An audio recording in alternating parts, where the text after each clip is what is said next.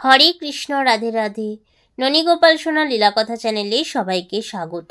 সকল সাধুগুরু বৈষ্ণব চরণে আমার শতকোটি প্রণাম জানিয়ে আজকে একটি গুরুত্বপূর্ণ ভিডিও শুরু করছি। ভিডিওটা কেউ স্কিপ না করে শেষ পর্যন্ত দেখবেন, কারণ আজকের ভিডিওতে আমরা জানব কোন অভিশাপের কারণে মানুষ কুকুর হয়ে জন্মায় এবং এমন কোন কাজ রয়েছে যা আমাদের জীবনে কখনো করা উচিত নয়, যাতে আমরা নরকে যাই এবং কুকুরের জন্ম না পাই।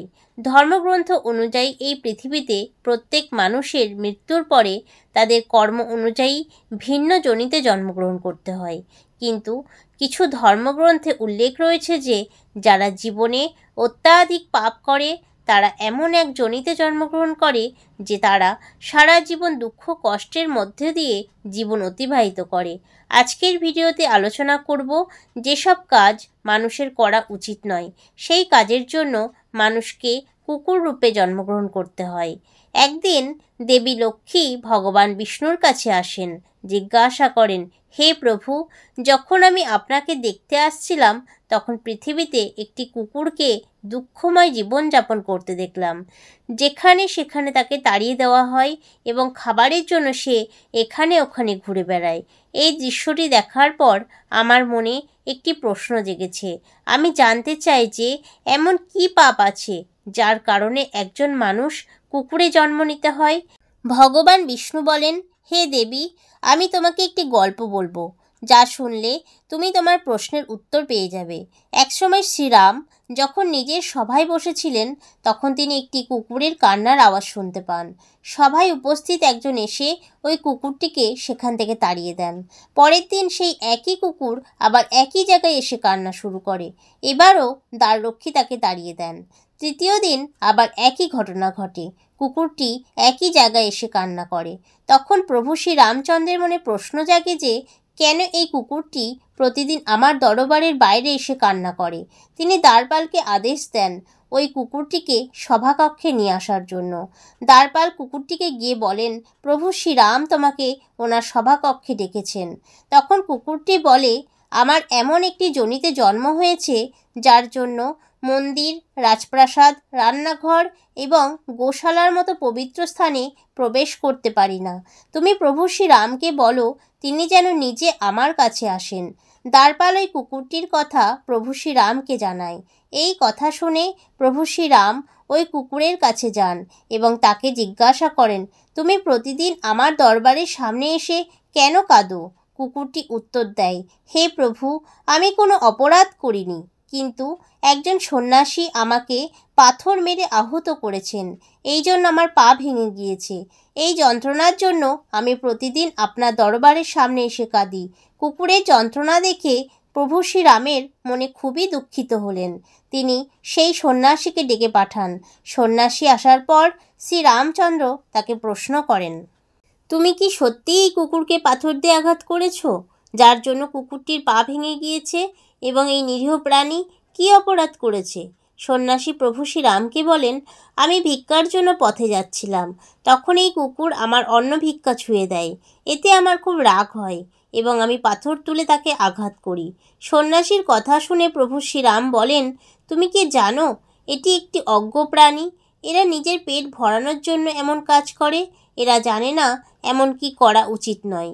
যদি এই কুকুর তোমার অন্ন স্পর্শ করে থাকে তবে এতে তার কোনো অপরাধ নেই। এত ছোট কারণে তুমি তাকে এত বড় শাস্তি দিতে পারো না। আসল অপরাধ তো তুমি করেছো। তুমি একজন সন্ন্যাসী হয়ে নিরীহ প্রাণীর ওপরে আঘাত করেছো, তাই তুমি এই কুকুরের অপরাধী।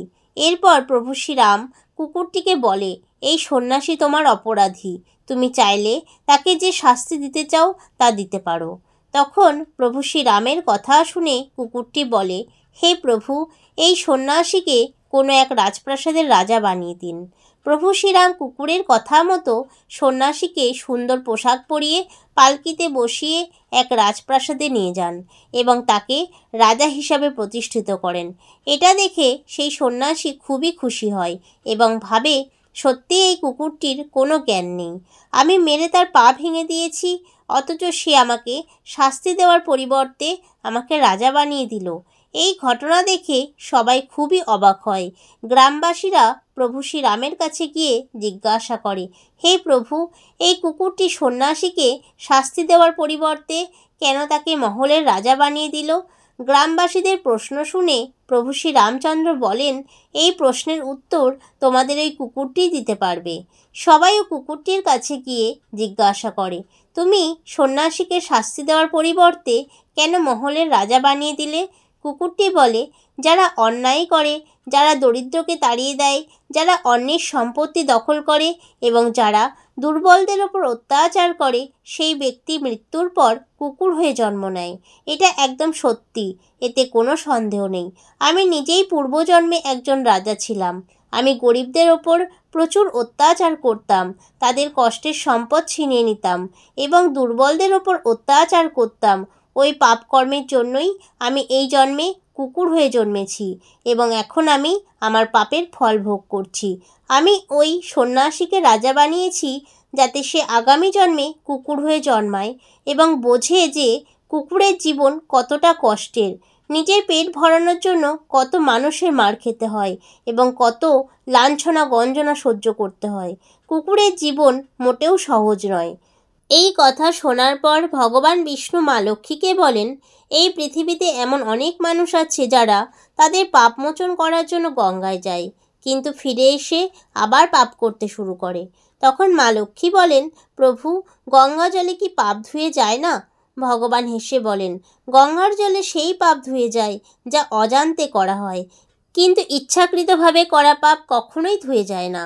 গঙ্গায় স্নান করার পর তারাই পবিত্র হয় যাদের মন পবিত্র, কিন্তু যাদের মন পবিত্র নয় তাদের জন্য গঙ্গার জলে কিছুই হয় না। প্রতিটি মানুষকে তার নিজ কর্মফল ভোগ করতেই হয়। তাই সকলের কাছে অনুরোধ, কোনো প্রাণীকে কষ্ট দেবেন না। যদি কোনো কুকুর আপনার বাড়িতে আসে তাহলে তাকে আপনি খেতে দিতে না পারলেও অন্তত মারবেন না, কারণ সেও একটি জীব, তারও কষ্ট হয়। আর পরমেশ্বর ভগবান সব কিছুই কিন্তু প্রত্যক্ষ করেন। হরে কৃষ্ণ, হরি বল।